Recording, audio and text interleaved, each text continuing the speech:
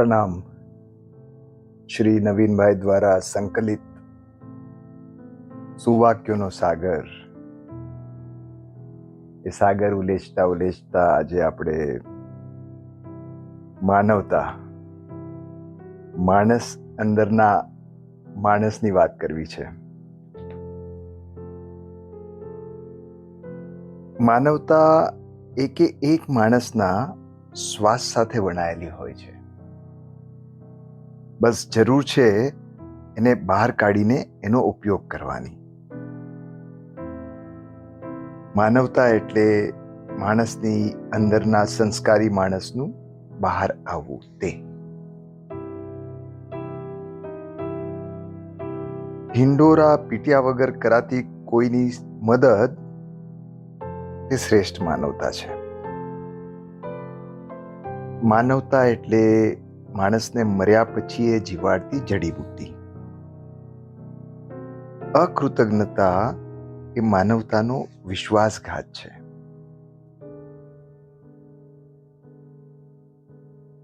અહીંયા એક સરસ પ્રસંગ યાદ આવે છે. એક ભાઈ પરોપકારી જીવ એટલે દર રવિવારે બિસ્કિટના પડીક્યા લઈને ભૂખ્યા લોકોને ખવડાવવા નીકળી પડે. ક્યારેક મંદિરો પર જાય, ક્યારેક railway station, ST station, footpath. એક રવિવારે રેલવે સ્ટેશનની બહાર કેટલાક ફૂટપાથ પર બેઠેલા લોકોને બિસ્કિટના પડીકા વેચી રહ્યા હતા. વેચતા વેચતા એક સ્ત્રી પાસે આવ્યા. એના ખોળામાં એક છોકરું હતું ને એક છોકરું એની બાજુમાં બેઠું હતું. એમને પણ પેલા ભાઈએ 3 પડીકા આપી દીધા અને પોતે આગળ ચાલ્યા. પછી થોડાક જ આગળ ચાલ્યા હશે તો પાછળથી બૂમ આવી, ઓય સાહેબ, ઉભા રહો, માય બાપ. ભાઈએ પાછળ વળીને જોયું તો પેલી સ્ત્રી જ તેમના તરફ દોડી રહી હતી. એને થયું કે કદાચ એની પાસે બે છોકરાઓ છે તો બિસ્કિટના પડીકા એકાદ વધારે ભાવમાં આવી રહી હશે. પણ તેમના આશ્ચર્ય વચ્ચે હાંફતા હાંફતા આવીને, એ સાહેબ, તમે મને 3 પડીકા આલ્યા, પણ મારું છોકરું તો હજી 1 વર્ષનું છે, એ બિચારું શું ખાવાનું? તમે આ પડીકું પાછું લો, કોઈ ભૂખ્યાને આલજો. ગરીબ સ્ત્રીની આ માનવતા જોઈને પેલા ભાઈ દંગ રહી ગયા. મેં કહ્યું, બેન, ભલે તારી પાસે રાખ ને, સાંજે કામ આવશે. સાંજની વાત સાંજે સાહેબ, પણ મારી સાંજની ફિકરમાં કોઈ જણ બપોરે ભૂખ્યું ના રહેવું જોઈએ. અને આમે સાહેબ, આ શહેરમાં હજી માનવતા મરી નથી પરવારી. ઉપરવાળાની દયા હશે તો તમારા જેવા દયાળુને મોકલીને અમારું પેટ ભરી દેશે, નહીતર પાણી પીને સૂઈ જશું. આલ્યો પાછું.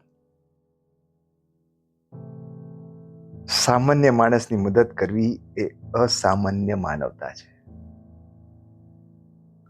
અને જ્યારે આ સ્તરનું સામાન્ય માણસ આ રીતની માનવતા કરે ત્યારે ખરેખર નવાઈ જેવી વાત છે. બીજો પણ એક પ્રસંગ યાદ આવે છે, પણ ક્યારેક યોગ્ય સમયે કહીશ.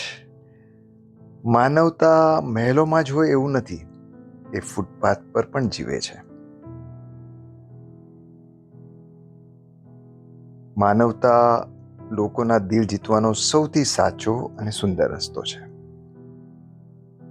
જેનામાં માનવતા નથી એના તો વધારે વખત સુધી ગરીબી સહન કરી શકે છે, ન તો અમીરી પચાવી શકે છે. સારા માણસની મદદે આવનારા તો ઘણા હોય છે, પણ ખરાબ માણસની મદદે પણ દોડી જાય એ ખરો માનવતાવાદી કહેવાય. મનુષ્ય જીવનની સફળતા માનવતામાં જ છે. જે માણસ એણે કરેલા ઉપકારોનો બદલો નથી માંગતો એ માણસની માનવતા સૌથી મહાન છે.